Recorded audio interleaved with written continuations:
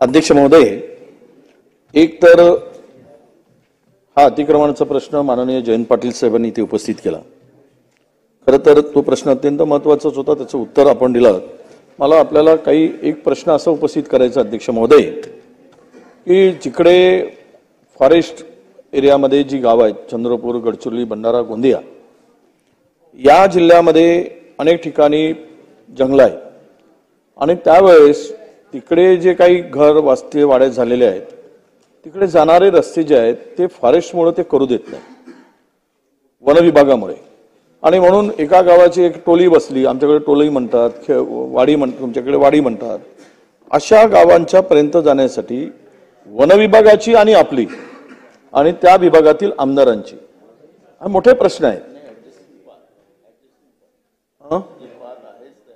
हो, त्याच जे आता जाणं न करताय पण त्याच्यावर काम करता येत नाही, जे आता एक्झिस्टिंग रोड आहे किंवा ते पाथवे आहे, पाथ आहे, त्यामध्ये कामं करता येत नाही, आमदार कुठल्या निधीतून करता येत नाही, कारण फॉरेस्टवाले अडवतात।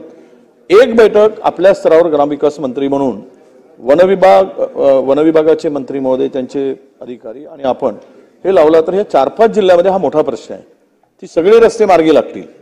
म्हणून आपण असा एक बैठक घेणार का, हा माझा प्रश्न होता अध्यक्ष।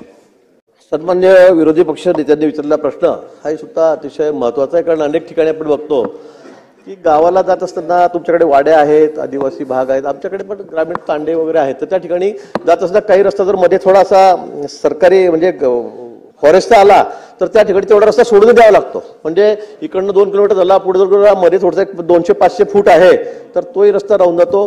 किंवा अनेक ठिकाणी वाड्या वस्तीवर जायचा रानातून रस्ता असतो, वनातून असतो, फॉरेस्टची जमीन असते, त्यामुळे त्यालाही परवानगीसाठी खूप प्रयत्न करावे लागतात, त्याला उशीर लागतो, हे खरं आहे, ही वस्तुस्थिती आहे।